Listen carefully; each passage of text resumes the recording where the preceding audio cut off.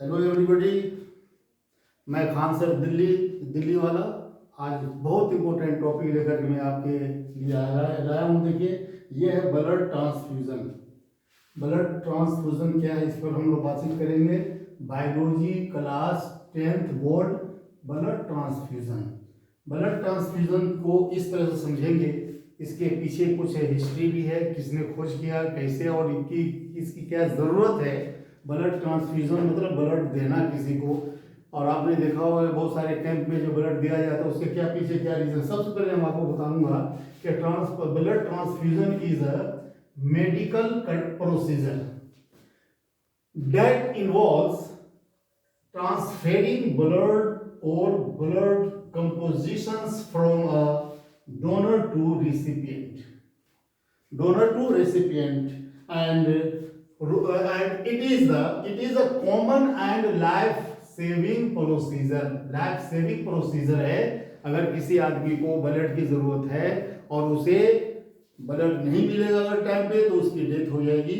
Blood का क्या काम है? ब्लड से ब्लड अगर कम हो जाएगा तो उसकी रेस्पिरेशन प्रॉब्लम हो जाएगी, ऑक्सीजन कैरिंग कैपेसिटी कम हो जाएगी और डेथ हो सकती है। वैसे भी डॉक्टर देखते हैं, इसे ब्लड देना बहुत जरूरी है। तो क्या ये लाइफ सेविंग प्रोसीजर है, that is used to treat a variety of conditions. Doctor कई कंडीशंस में ब्लड देते हैं।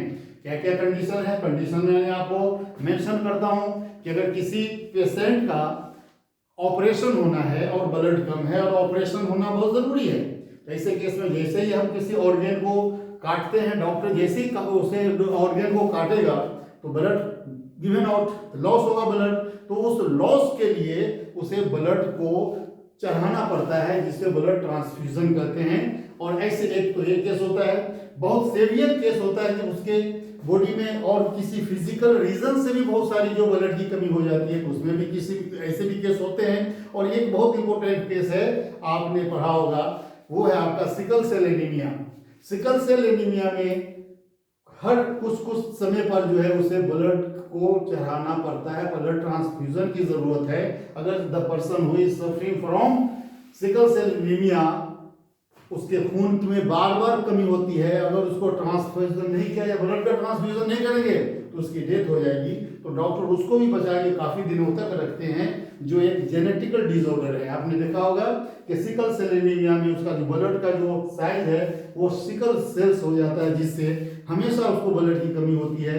ब्लड मूव जब करता है तो ब्लड का जो सेल्स है, आरबीसी सेल्स, बहुत ज्यादा रप्चर्ड हो जाता है, जिससे ब्लड की कमी हो जाती है। अब ये देखेंगे तो blood transfusion is one of the most important, very important procedure of the life saving of the patient which done in the hospital. And देखेंगे अब इसमें हम कुछ बताएंगे कि ये कौन से, ये शुरू कब हुआ, इसके बारे में आपको जानना जरूरी होगा। कि सबसे पहले देखेंगे notable scientist in the history of the blood transfusion. ये बहुत सारे कंपटीशन में क्वेश्चन आते हैं, बहुत सारे कंपटीशन में क्वेश्चन पूछता है आपको। और आप 10th में ही सिर्फ 10th के लिए नहीं पढ़ रहे हैं, आप 10th में बोर्ड में अच्छे मार्क्स लाने के लिए नहीं पढ़ रहे हैं, आपको 10th के बाद जो बहुत सारे कंपटीशन में बैठना है उसमें सारे क्वेश्चंस पूछे जाते हैं। तो देखेंगे सबसे पहले ये क्रेडिट जाती है विलियम हार्वे को। विलियम हार्वे 1600 ईस्वी में उन्होंने ये शुरू किया था। उसके बाद जो है सेकेंड क्रेडिट जाती है रिचर्ड लोअर को। रिचर्ड लोअर 1665 ईस्वी में, इसका भी काफी नाम है। और सबसे ज्यादा जो क्रेडिट लिया जा रहा है वो है आपको कार्ल लैंडस्टीनर, और इसका एक और फ्रेंड था, उसका नाम है वेनर। तो कार्ल लैंडस्टीनर और वेनर 1901 में बिल्कुल क्लियर कर दिया। और ये सबसे ज्यादा तीनों में जो क्रेडिट जा रही है वो लैंडस्टीनर को जाती है। अब आइए देखते हैं कि ब्लड ग्रुप के बारे में मैंने एक छोटा सा वीडियो बनाया है, मुझे उम्मीद है कि आपको बहुत अच्छे से समझ में आएगी। देखिए सबसे पहले देखेंगे, इससे पहले की वीडियो में मैंने दे चुका हूं कि ब्लड ग्रुप कितने तरह के होते हैं। 4 तरह के ब्लड ग्रुप होते हैं, ए बी एंड ओ। और उसके बाद मैंने उसी वीडियो में, इससे पहले वीडियो में मैंने दे चुका हूं कि टोटल 8 तरह का ब्लड ग्रुप होता है। A positive, A negative, B positive, B negative, A B positive, A B negative, O positive और ओ बी नेगेटिव। आज मैं आपको बहुत अच्छी तरह से बताऊंगा नेगेटिव पॉजिटिव का रीजन क्या होता है। सबसे पहले आपको देखना होगा, देखिए नेगेटिव और पॉजिटिव आरएच फैक्टर से रिलेशन रखता है। अब देखिए मैंने यहाँ कुछ लिखा है, ये है आपका आरएच फैक्टर। आरएच फैक्टर क्या होता है, देखिए ये आपका ब्लड होता है, ये आरबीसी है। देखिए ये आरबीसी को मैंने फिर से ड्रॉ करता हूँ, देखिए ये आरबीसी है, थोड़ा बड़ा कर देखिए आरबीसी है, ये आरबीसी है, देखिए ये आरबीसी है, इस पे कोई कुछ नहीं है। देखिए ये जो है ये ब्लड ग्रुप है, ये देखिए ये आरबीसी है, प्लेन आरबीसी है। ये सेकंड आरबीसी को देखिए, ये देखिए आरबीसी, दोबारा बनाया मैंने आरबीसी, और ये आरबीसी पे देखो दोनों में थोड़ा सा बड़ा करके दिखा रहा हूं ताकि आपको अच्छी तरह दिखाई दे। देखिए अब ये आरबीसी और इस आरबीसी ब्लड में आरबीसी रेड ब्लड सेल दोनों है, देखिए रेड ब्लड सेल, दोनों रेड ब्लड सेल्स है। और दोनों में क्या फर्क है आपको मैं बता रहा हूँ, देखेंगे अब देखेंगे क्या फर्क है। ये थोड़ा सा ये बड़ा करके मैग्नीफाई करके मैं बता रहा हूँ आपको, देखेंगे ये। अब इसमें क्या देखेंगे कि इसके ऊपर में जो है दोनों आरबीसी सेल से मैंने यहाँ पहले बना रखा है। अब देखेंगे यहाँ पर जो है ये क्या है, ये ब्लड प्रोटीन है। क्या है, ये ब्लड प्रोटीन है, और इस पे नहीं है। तो देखिए ब्लड प्रोटीन के प्रेजेंस होने की वजह से इसको आरएच फैक्टर कहा जाए। ये प्रोटीन है, देखते ये प्रोटीन को दिखा रहा है, और इस पे है तो क्या होगा, ये पॉजिटिव हो जाएगा। क्या है, पॉजिटिव है, और इस पे नहीं है तो इसको क्या कहेंगे, नेगेटिव। नेगेटिव है तो ब्लड पॉजिटिव और ब्लड नेगेटिव किस लिए है, क्यों है, वो आरएच फैक्टर की वजह से। देखिए ये आरएच फैक्टर है तो RH factor positive, RH factor positive और आरएच फैक्टर नेगेटिव। अगर किसी के ब्लड ग्रुप में आरएच फैक्टर है और अगर आरएच फैक्टर है तो वो पॉजिटिव ब्लड कहलाएगा, और आरएच फैक्टर नहीं है तो उसको क्या कहेंगे, नेगेटिव कहेंगे। और आप ये भी जानते हैं कि क्या हो सकता है कि आरएच पॉजिटिव जो है ये more safer than RH negative. RH positive is more safer than RH negative. और देखा गया है कि 80% लोगों में जो है आरएच पॉजिटिव होता है, और बहुत कम लोगों में 20% के आसपास लोगों में आरएच नेगेटिव होता है। तो मैंने अभी क्या बताया कि RH positive is more safer than RH negative.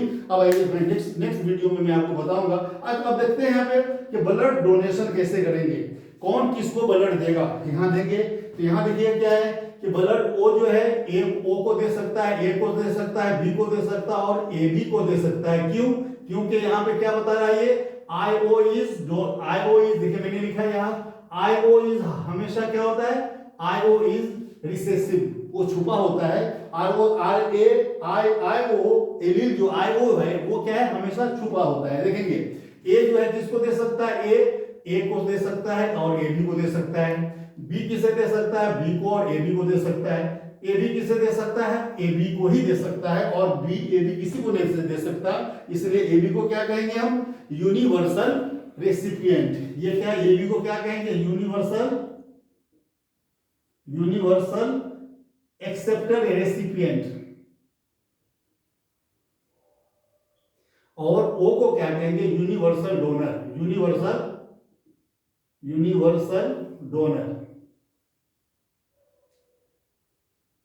Okay, अब इसको मैं इस तरह से मैं आपको समझा सकता हूं। देखेंगे क्या है कि ओ इसको इस तरह से बहुत अच्छी तरह समझाया मैंने। देखिए ओ किसको दे सकता है, ओ को दे सकता है, ए को दे सकता है, और ओ किसे दे सकता है, बी को दे सकता है और ए बी को दे सकता है। रेड से दिखाया मैंने।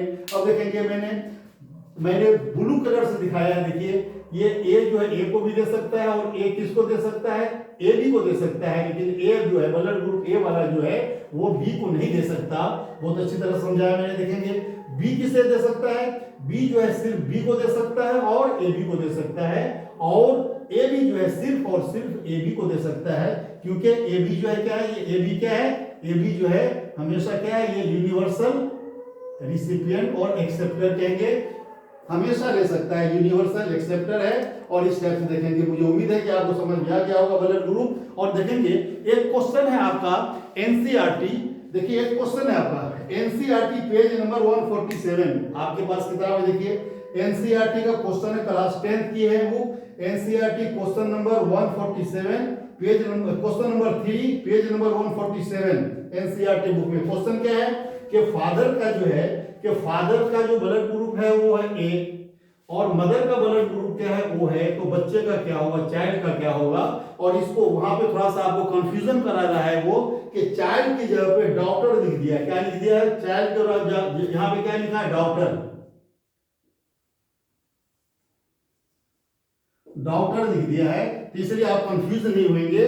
डॉक्टर लिखे या सन, डॉक्टर या सन, डॉक्टर या सन लिखा हो क्वेश्चन में आ सकता है। क्वेश्चन में डॉक्टर लिखे या सन लिखे उससे कोई मतलब नहीं है, क्योंकि ब्लड का जो डोनेशन है, ब्लड किसको दिया जाएगा वो डिपेंड करता है आरएच फैक्टर पे और ब्लड ग्रुप पे डिपेंड करता है। सेक्स डिटरमिनेशन से इसका कोई रिलेशन नहीं है। इससे पहले के वीडियो में मैंने आपको सेक्स डिटरमिनेशन के बारे में मैंने आपको दे दिया है वीडियो, आप उसको देखेंगे बहुत अच्छा होगा। तो आप देखेंगे सेक्स डिटरमिनेशन में आपको नहीं पढ़ा रहा हूं, ब्लड डोनेशन पढ़ा रहा हूं, लेकिन क्वेश्चन में दिया, question number 3 page number 147 NCERT की बुक है, उसमें दिया है कि फादर का ये है, मदर का वो है, तो डॉक्टर का क्या होगा। अब आपको लगेगा कि डॉक्टर ने पूछ दिया तो सन क्यों नहीं पूछा, तो सन और डॉक्टर से कोई रिलेशन है, कंफ्यूजन के लिए।